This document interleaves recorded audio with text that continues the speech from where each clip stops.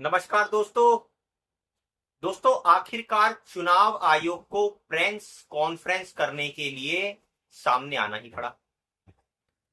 ज्ञानेश कुमार सामने आए अपनी पूरी फौज के साथ और प्रेस कॉन्फ्रेंस कर कर पत्रकारों के सवालों के जवाब दिए।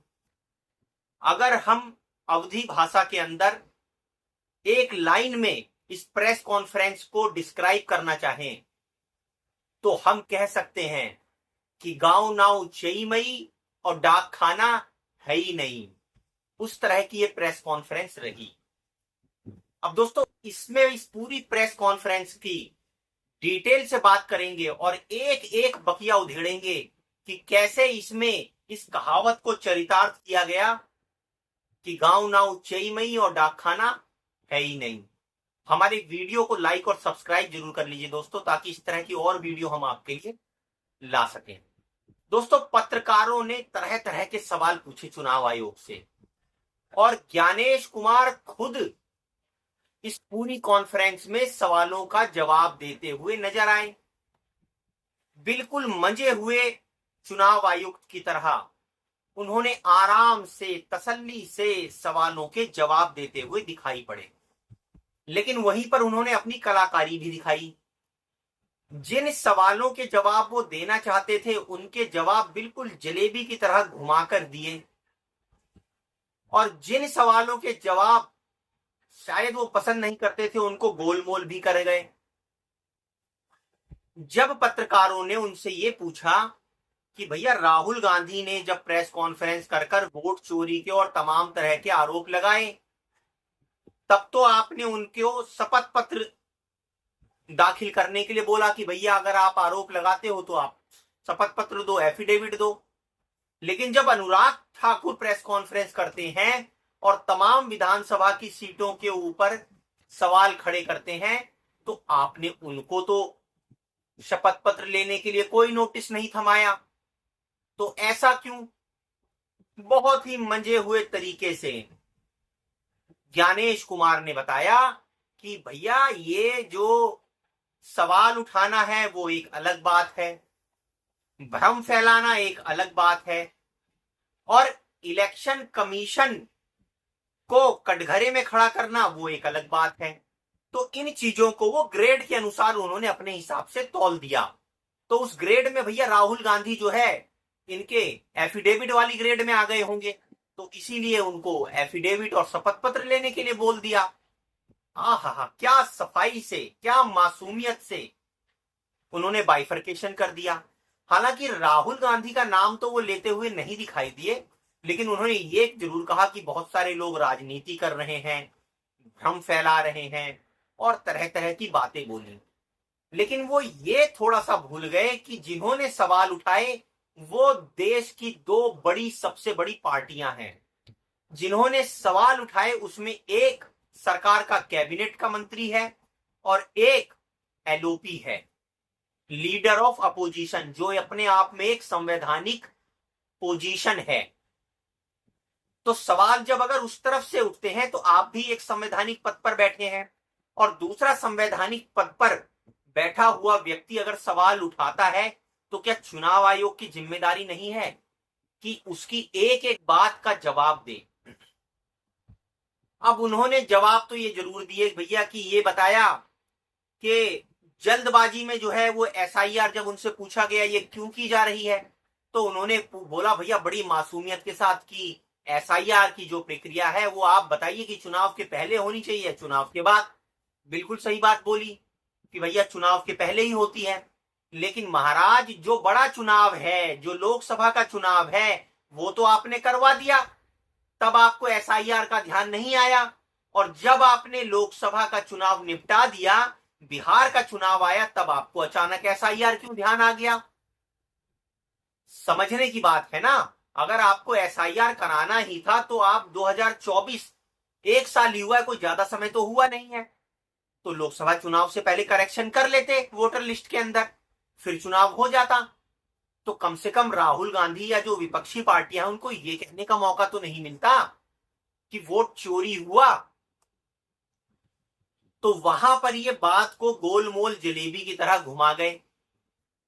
अब उसके बाद जो है सवाल तो लोकसभा चुनाव के ऊपर उठ रहे हैं, वहां कोई एसआर नहीं किया था आपने। सवाल आपके महाराष्ट्र चुनाव के ऊपर उठ रहे हैं, कोई एसआर नहीं किया आपने। सवाल हरियाणा के, राजस्थान के, दिल्ली के चुनावों को लेकर भी उठ रहे हैं, वहां पर भी आपको एसआईआर की जरूरत नहीं महसूस हुई। तो सवाल तो ये उठता है कि आखिर बिहार के चुनाव से पहले ही आपको क्या जरूरत हुई कि एसआईआर करा लिया जाए, गड़बड़ियों को सुधार लिया जाए। सवाल खड़ा होता है। अब राहुल से शपथ पत्र के लिए जो है ये भी बोल दिया ज्ञानेश कुमार ने कि भैया 7 दिन के अंदर आप अपना शपथ पत्र दीजिए, तो हम उसके ऊपर जो है शिकायत पे कार्रवाई करते हैं, वरना देश से माफी मांगिए। अब देश से माफी मांगिए, ये तो कुछ उस तरह की जबान हो गई जैसे बीजेपी बोलती है। आप चुनाव आयोग हो, आपसे सवाल पूछा जाता है, आप जवाब दो, आप संतुष्ट करने की कोशिश करो। अगर आप राजनीतिक बयान देने लगोगे कि भैया देश से माफी मांगो और ये तमाम तरह की बातें करने लगोगे, तो वो किस हद तक जायज है ये जनता देख रही है। अब जब सुप्रीम कोर्ट के ऊपर सवाल आया कि भैया सुप्रीम कोर्ट ने जब बोला आपको कि 65 लाख जो आपने लोगों के नाम काटे हैं उनकी सूची दीजिए, तो पत्रकारों ने पूछा कि आपने ये पहले जब राजनीतिक पार्टियों ने मांगा तो आपने जो है क्यों नहीं इसके ऊपर कार्रवाई की, पहले ही क्यों नहीं दे दी, सुप्रीम कोर्ट का ऑर्डर होने का इंतजार क्यों किया आपने। सवाल को गोल कर गए। कहने का मतलब ये है, सवाल के वो हिस्से जहां उनको सहूलियत लगी वहां जवाब दिया, जहां उनको सहूलियत नहीं लगी वो गोल कर दिया हिस्सा। अब उसके बाद जो है दोस्तों वोट चोरी, वोटर लिस्ट का एनालिसिस का जो इंटरप्रिटेशन है राहुल गांधी का, जो उन्होंने तमाम तरह के बताए, वोट डुप्लीकेसी हुई, गलत एड्रेस हुए, फोटो गायब थी। फोटो गायब वाली बात पे तो भैया गोलमोल कर गए। एड्रेस के ऊपर बड़ा लंबा चौड़ा भाषण दे दिया कि भैया बहुत सारे करोड़ों लोग, लाखों लोग हैं हिंदुस्तान के अंदर जिनके पास घर ही नहीं है, अवैध कॉलोनी में रहते हैं, तो उनका एड्रेस 0 है। अब भैया उनको अगर आदमी ढूंढेगा तो कहां जाकर ढूंढेगा जब उनका घर ही नहीं है। और ऐसे कितने वोटर हैं ये तो पता होना चाहिए सबको। सवाल बहुत गहरा खड़ा कर दिया है। क्या करोड़ों लोग, लाखों लोग ऐसे हैं कि वास्तव में जिनके पास हिंदुस्तान में घर नहीं है? तो ये तो मोदी सरकार के लिए एक बहुत बड़ा सवाल खड़ा हो गया है।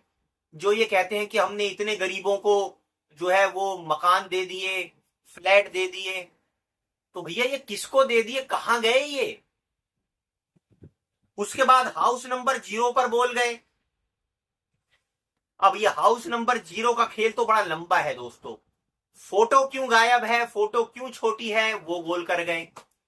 दूसरा, वो जो डाटा जो मांगा जा रहा था कि भैया ऐसी दे दो जो रीडेबल हो, जिसमें आसानी से सर्च कर एनालिसिस कर लिया जाए, तो समझाने लगे पूरी इलेक्ट्रॉनिक प्रोसेस को कि भैया कैसे जो है वो इस तरह की कॉपी दी जाती है, और वो उससे जो है अगर सर्चेबल हम दे देंगे तो उससे सुरक्षा कारण पैदा हो जाएंगे। 2019 के सुप्रीम कोर्टों का वहां पर जो है वो हवाला देने लग गए कि हम जो है ये जो कॉपी है सिर्फ यही दे सकते हैं, उस कॉपी को नहीं दे सकते हैं जिसमें आप आसानी से जो है सारा डाटा एनालिसिस कर सको।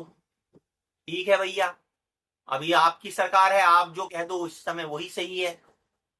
उसके बाद सवाल आया कि भैया आप वीडियो रिकॉर्डिंग क्यों नहीं देते हो। तुरंत माताओं, बहनों, बहुओं की याद आ गई कि माताओं और बहुओं और बहनों की जो रिकॉर्डिंग है सीसीटीवी की, वो देना कितना जायज है, कितना गलत है। हा, आप ही जो है रखवाले हो। अगर आपको माताओं, बहनों, बहुओं की इतनी फिक्र है तो क्यों रिकॉर्डिंग करते हो सीसीटीवी की? आपसे किसने कहा है? फिर रिकॉर्डिंग भी मत कीजिए। अगर उस रिकॉर्डिंग को दिखा नहीं सकते हो, अगर सवाल लोकतंत्र के ऊपर वोट चोरी पे खड़ा होता है और आप उस सीसीटीवी को महिलाओं की आड़ लेकर छुपाते हो और दिखाते नहीं हो, तो ये कितना जायज है? फिर एक डायलॉग उन्होंने ऐसा बोल दिया दोस्तों जिससे बड़ी ही क्लैरिटी हो गई कि कहीं ये भैया बीजेपी की लैंग्वेज तो नहीं बोल रहे हैं। बोल दिया कि वोटरों के साथ हम चट्टान की तरह इलेक्शन कमीशन खड़ा है। अब थोड़े दिनों पहले ही हमने जो है प्रधानमंत्री नरेंद्र मोदी को देखा था, उन्होंने भी कहा था ये मोदी किसानों के लिए और अपने नौजवानों के लिए दीवार की तरह खड़ा है। अब देखिए, कोई दीवार की तरह खड़ा है, कोई चट्टान की तरह खड़ा है। अरे तो भैया ये जनता क्या करेगी, झुंझुना बजाएगी आपकी दीवार और चट्टानों को लेकर। राहुल गांधी ने दूसरी तरफ बिल्कुल कसके टाल ठोक रखी है दोस्तों। ताल ऐसी ठोकी है कि वोट अधिकार यात्रा पूरे बिहार में घुमा देंगे। इस बार बवाला इस लेवल पर है दोस्तों, हर व्यक्ति बिहार का चेक करेगा कि कितना कहीं कोई फर्जी वोटर तो नहीं डल रहा है। अब चुनाव आयोग चाहे कितना ही कहता रहे कि भैया सितंबर के बाद अगर कोई कंप्लेंट आएगी तो फिर उसको क्या एंटरटेन किया जाएगा, आप उससे पहले जो है अपनी आपत्तियां दीजिए ड्राफ्ट वोटर लिस्ट के ऊपर। अरे भैया, जब आप डाटा एनालिसिस करने वाला दोगे नहीं, जब आपके डाटा को एनालिसिस करने में 6-6 महीने लग रहे हैं एक विधानसभा वाले, क्योंकि आपने वो आपको नॉन स्टेबल वो उस तरह का डाटा पेपर वाला दे रखा है, तो फिर इतनी जल्दी कौन उसको एनालिसिस कर पाएगा? बेवकूफ बनाते हो इसका मतलब आप। तो उसमें तो समय लगेगा ही लगेगा, और जब उसको एनालिसिस करेंगे फिर कहीं ऐसा ना हो जाए कि बिहार का एक एक वोटर नजर बना के रखे कि कहीं फर्जी वोटिंग तो नहीं हो रही है। जो वोटर कार्ड बने हैं वो एड्रेस कहां पर हैं, कितने वोटर कहां पर रहते हैं, इसकी एक एक घरों की कहीं छानबीन ना शुरू हो जाए दोस्तों। राहुल गांधी की जो ये वोट अधिकार यात्रा है, ये कहीं एक क्रांतिकारी कदम भारत के लोकतंत्र के लिए ना साबित हो जाए। और देखने वाली बात रहेगी दोस्तों कि प्रेस कॉन्फ्रेंस की, ज्ञानेंद्र कुमार की ये जो प्रेस कॉन्फ्रेंस रही, जिसमें गोलमोल जिलेबी की तरह मन पसंद सवालों के जवाब दिए गए, बाकियों को गोल कर दिया गया, उसी के ऊपर यह कहावत पूरी फिट बैठती है अवधि में कि गांव नाव चई मई और डाक खाना है ही नहीं। तो दोस्तों, इस वीडियो के ऊपर आप कमेंट कर अपनी राय जरूर दीजिए और हमारी वीडियो को लाइक और सब्सक्राइब कीजिए। धन्यवाद।